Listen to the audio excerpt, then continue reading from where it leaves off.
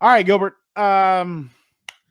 Honestly, yesterday when we jumped on to talk about the Chargers game, shit, I was done writing by the start of the or by the middle of the fourth quarter.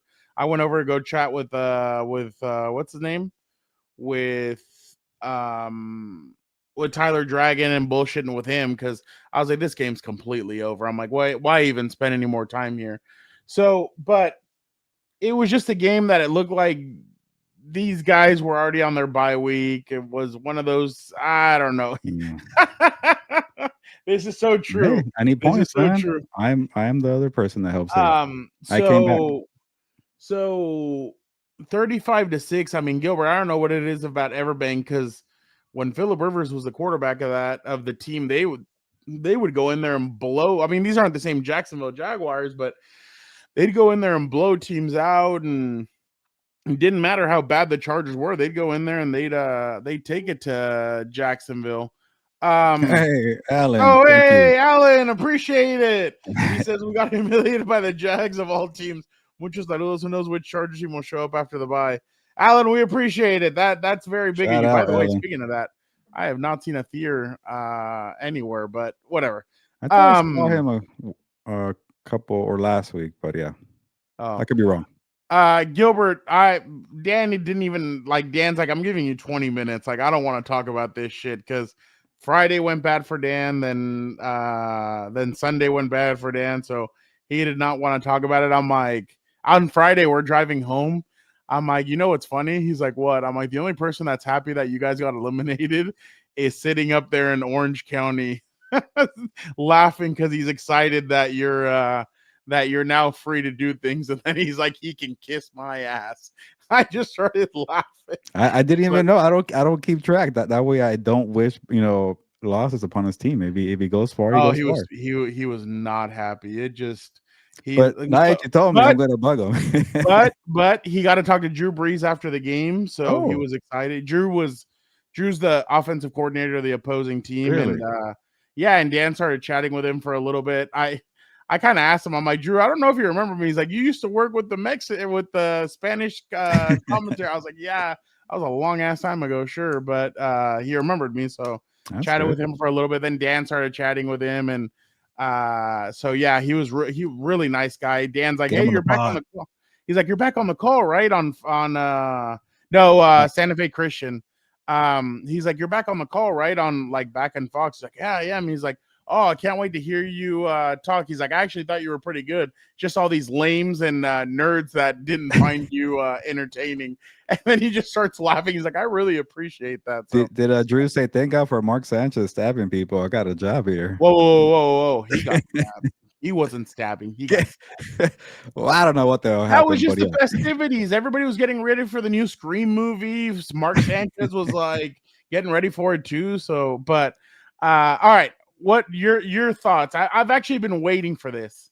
What are your thoughts of the Chargers game? Because to me, and I said it last night, I think it's just a one-off. Well, obviously they have problems, but I think it's just that stadium is just a shit show, and they just don't do well. Some teams just don't do well, but there are weaknesses in the team that I feel like are going to creep their ugly head. They have a really tough last 6 games of the season, but what was your thoughts when you saw the score of that game? Yeah, I want to be positive and say it's a one-off, but I can't. Like the thing about this team right now, you just don't know when the O-line is gonna just completely take a dump, and they're pretty bad on a weekly basis. You have to scheme around it. So like you're playing uphill with boulders on your back, and the person with the boulders is Justin Herbert. He took a massive hit. He left a little bit from the game. He was not playing in the fourth quarter because it was such a beatdown, and you can't run the football either because the O-line is terrible. The O-line just affects too many things here for me to trust this team, and I want to because Justin Herbert is capable of putting a team on his back and playing a hero. But it's a lot of work there, and it's unfortunate because you want to see Herbert in the playoffs with good surroundings to see what he could do, but he's not going to get it. I think they still make the playoffs, but with the Broncos continuing to win, and I think the Broncos schedule gets tougher. Like we're going to talk about that Chiefs game, but the Chiefs they're not that good this year, and people want to say That's a big time signature victory. Sure, whatever. Again, we're going to discuss it, Eric but was excited. for the Broncos, or because he had the Chiefs downfall predicted in the Yeah. offseason. Shout out to Eric for that one. And the Lions also suck too. I'm worried about that, but we will talk about that later. But yeah, the Broncos have a clear path to the AFC West. You know, the Chargers lost to the Jaguars, who weren't going anywhere. I think when it comes to the playoff standings, and they lost a head-to-head tiebreaker. So, you know, they can still make the wild card. It's just I can't take this team seriously. You know, you can't, you know, lay an egg the way you did, you know, against Washington, you know, the way you did against the Giants. They lost to the Giants, right? Jeez, what a year. Yeah. And they lost and they lost to the Jaguars. So to me, like, you know, I can't call them pretenders. They're just a wounded team that really doesn't have a chance to win the Super Bowl. You were built on the trenches. Joe Alt, Rashawn Slater. You went all in. Great move to go that route. It just did not work out for whatever reason. The Chargers have bad luck with injuries, and you know the defense has not played well either. You know, I like Jesse Minter. We talk about Mike McDonald being more of a scheme coach and having a lot of talent, but the Chargers don't have the talent that Seattle does. So, you know, they need to get more playmakers defensively. Jesse Minter did it with the scheme the best he can, but it's falling apart now. So there's just too many red flags to me to like this team, and I even said before, like, they're going to be in the dance. They're going to have a chance, but you know, I like the Patriots more. You know, the Broncos at least have one elite strength. It's the defense. What do the Chargers really do well besides having a franchise quarterback? So to me, sorry, Chargers, it's not looking good. You'll get a playoff game. Maybe you win a playoff game. You know, and that's, you know, a step in the right direction. But what are they right now, Fernando? 7 seed, 6 7. seed. They're the 6th seed. So they will play the Colts. You know, they already lost to the Colts too. So a lot of things that can keep going on here, but they could beat the Colts in a playoff game, honestly. But that's my one positive to end there. I don't even know if they make the playoffs.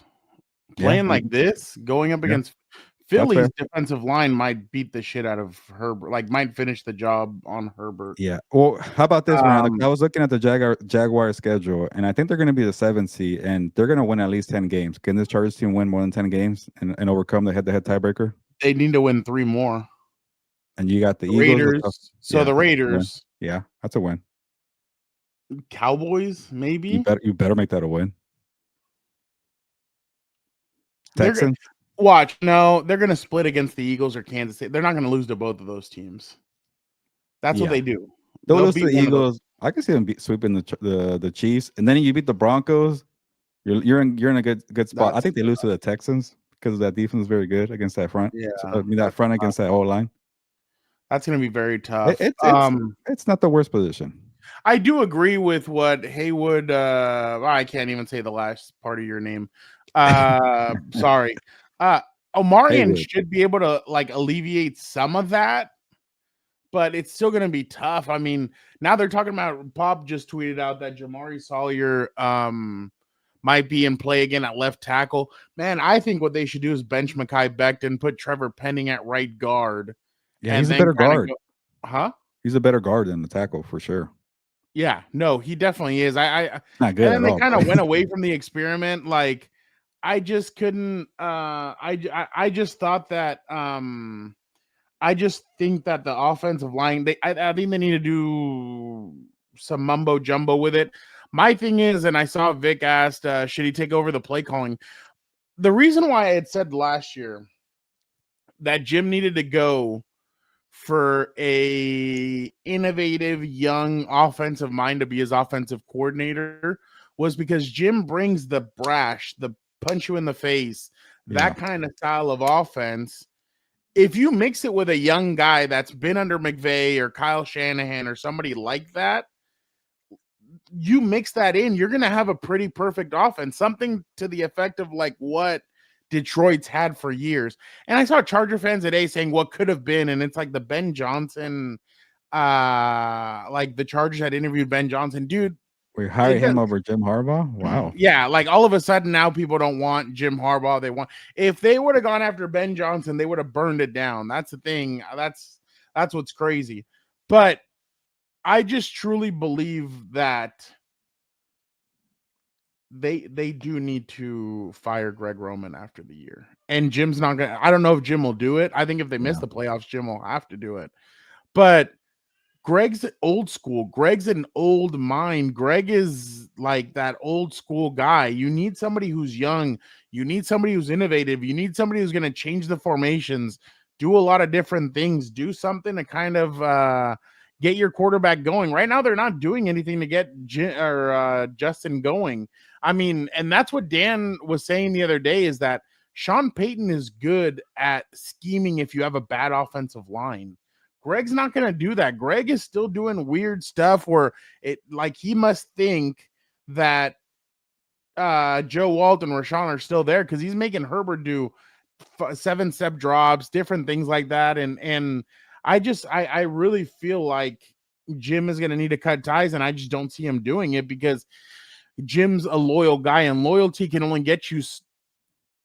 It can only get you so far. I mean, once your quarterback's taken a beating for 2 years in a row, what are you gonna like? Well, not he didn't really take a beating last year, but this year he's taken a molly whopping, and I think the offensive line coach needs to go, and I feel like Greg needs to go.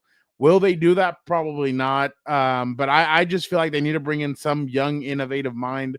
I might fire the offensive line coach and upgrade Nick Hardwick from assistant offensive line coach to offensive line coach and see how that goes. But it's just a little bit of chaos right now, and I just don't see how they're going to be able to neutralize this because their offensive line is really bad. And yeah, next year you're going to be able to get Joe Walt and Rashawn back. And again, I keep on hearing that Rashawn's probably going to get moved inside if that injury affects him. Man, shit. You have at left tackle Joe Walt, at left guard Rashawn Slater. That left side's going to feast. But again, I mean, we'll see what happens. I just I just feel like they need to get younger in that sense. I mean, they have one of the youngest teams in the NFL. You need to get younger when it comes to offensive play calling, and I would go poach somebody from one of those teams and see if they bring something different. I get it. I get Jim's a very loyal guy. I get Greg's his guy, but even his own brother fired Greg. I mean, there's a reason for it. Yeah. The NFL's completely changed since the last time Jim was here. That's why I thought don't go back to the Neanderthal, go to the guy that go to somebody new who could show you, who could be the Aladdin to your Jasmine and show you a whole new world. I don't know. You hear that, Dan and Diego? Your brother wants to have a OC that wears glasses, computers, analytics, stuff like that. So I'm sure you're happy. I'm not going that whole route. Jim wears glasses, but I don't know. I just it just so it sucks that Justin again may be in for a off season where everybody's gonna shit on him. People are gonna say, "Oh, like somebody tweeted out his stats since he's been with Madison Beer." I hope people know he's been with her for a while. It just didn't happen before the season started. Yeah. Like they've been together since well, I won't say, but it's been a while. So. I just don't get it. Yeah, and especially with you already have a young mind in Jesse Minter. Why wouldn't you just get a young mind on the offensive side of the football and really throw things? And I mean, Jesse has gotten schooled by Liam Cohen now 2 years in a row. Last year he was with Tampa Bay as their offensive coordinator, and they got demolished. And then this year he's the head coach. Huh? I forgot about that. Yeah, that's those were 2 blowout games. Why wouldn't you go get something like a Liam Cohen, something young, innovative, something like that to help your offense? So, and especially with the weaponry that these guys have. I mean, yesterday they start off the game with screens. That was working. Then all of a sudden they went away from it and they did their usual mumbo jumbo, and Herbert almost got sliced in half. I mean, that was a spear that Roman Reigns would be excited about, but. Yeah, Gilbert. I just really find it hard to believe that these guys are going to be able to. I think what they need to do is go get a.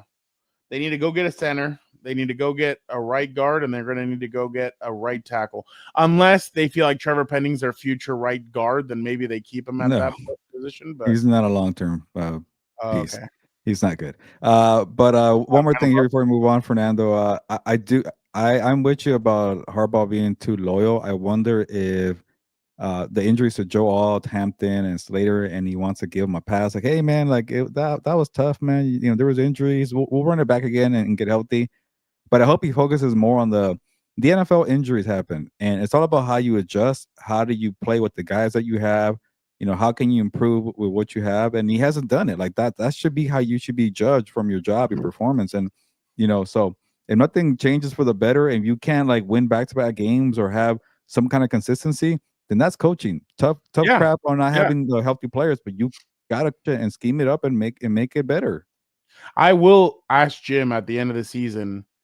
Do you feel like you said before the season, you guys all have to live up and play at Justin Herbert's level? Do you feel like you guys played to it? The other thing I want to ask him is, you said that your number one goal was to get Justin Herbert into the to win a Super Bowl and to the Hall of Fame. Do you feel like this was a year that you felt like you guys did that much? Because to me, I feel like in years like last year he had that meltdown against the Houston Texans and everything, but this year they started off the season great, and the offensive line kind of went to shit. Like, it just, coaching has been a huge factor into why I feel like these guys haven't been able to have success. And again, it's, you need the new age. You need something new in there, like you do on the defensive side. But and then they started like Trevor Lawrence he only had 150 passing yards, but literally Jacoby Myers has been an expert against this defense. He would find the soft spot in the zone coverage. He'd sit there and wait for the ball. Like, Jacoby's done that in years past. Last year he did it against them. He had 150 receiving yards in that finale against the Chargers. So I guess we'll see.